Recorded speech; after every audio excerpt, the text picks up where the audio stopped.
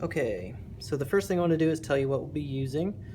We have chalk pastels, we have plastic lids of assorted sizes, and we have white tempera paint as well as black tempera paint with blue and green on top but not really mixed in, and I'll explain why we do that in a second. And then two different brushes, a kind of larger brush and then a smaller brush.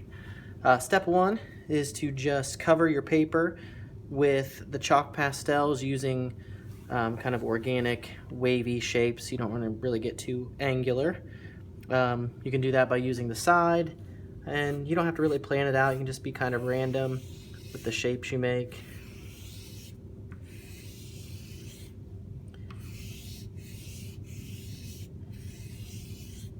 Okay. Try to pick similar colors so that they're easy to blend, but you don't necessarily have to.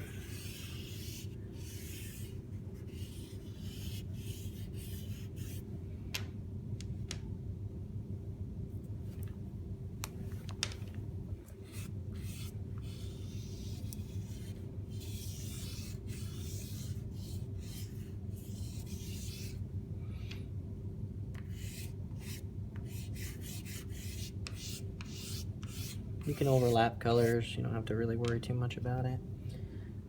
A little red in here.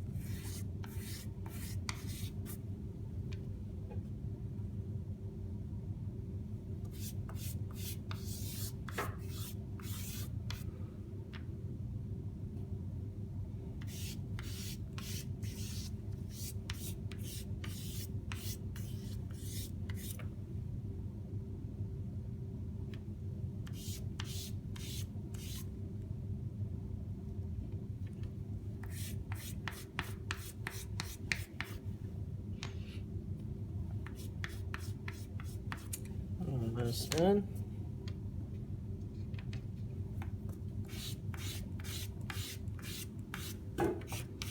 Just so you have a good coat of chalk covering your paper. I taped my paper down so it gives me a nice clean white border when I'm finished, but that's optional. The second step is to leave all the dust on here and use your finger kind of like a paintbrush. I'm gonna fill in just a little bit more of this. And blend the colors together. So I want to make sure my finger is clean, and then I can just kind of blend these together. I want to go the same direction as the line. I'm not going to go back and forth because we don't want all of our colors to necessarily blend with each other, just the ones that are close to each other. So I'm going to do that, kind of following the contour of the lines like this. Once I get to some really different colors that are contrasting, I might take a second and clean off my finger again and start fresh, but it's kind of up to you. Go this way a little bit.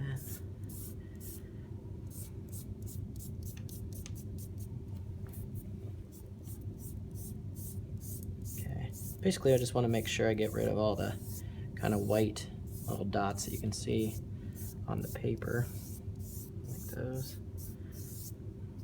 Okay.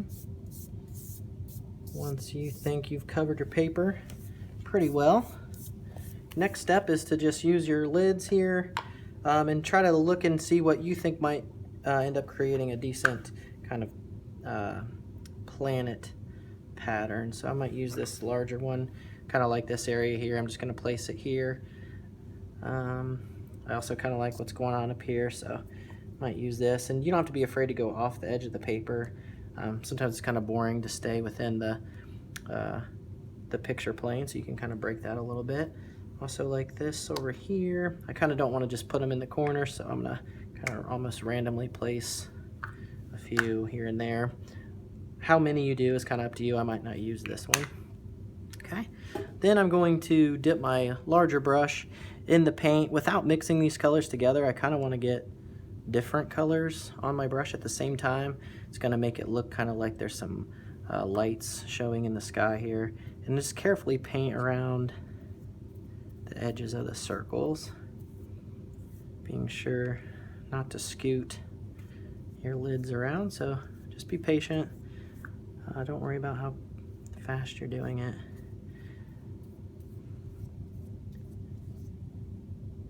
Okay.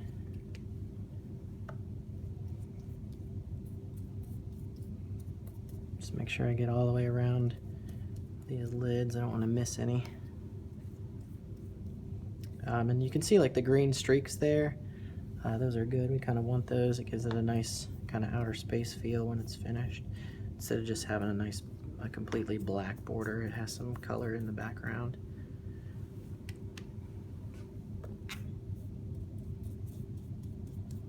Okay. Another little handy tip is if you're gonna tape your border down or tape your paper down to make a border. Painter's tape works best, but if you don't, you have to use masking tape like I did here. You can sometimes kind of stick it to your shirt first or your pants, because the fuzz keeps it from sticking too much and ripping your paper in the end, which is never good.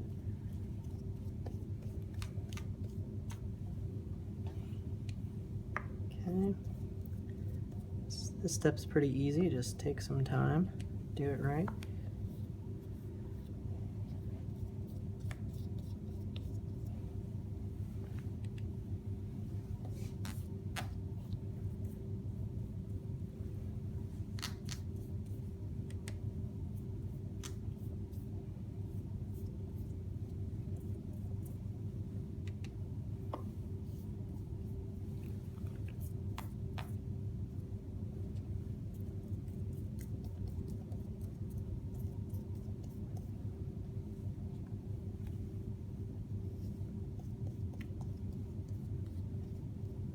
Okay, once I have it pretty well covered, just want to make sure I got everything, and then I might purposely put some streaks of green or blue through here.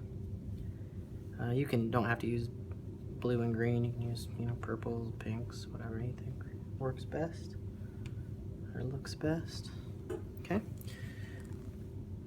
And the next step, while you still have your circles down, you can get a smaller brush, dip it into some white, and you just kind of want to go like this. Be careful it's going towards your paper, not towards you, of course, to give yourself some stars. Some will be bigger than others, and that's okay. Makes it look a little more real. How much you put is kind of up to you. I'll do a little more.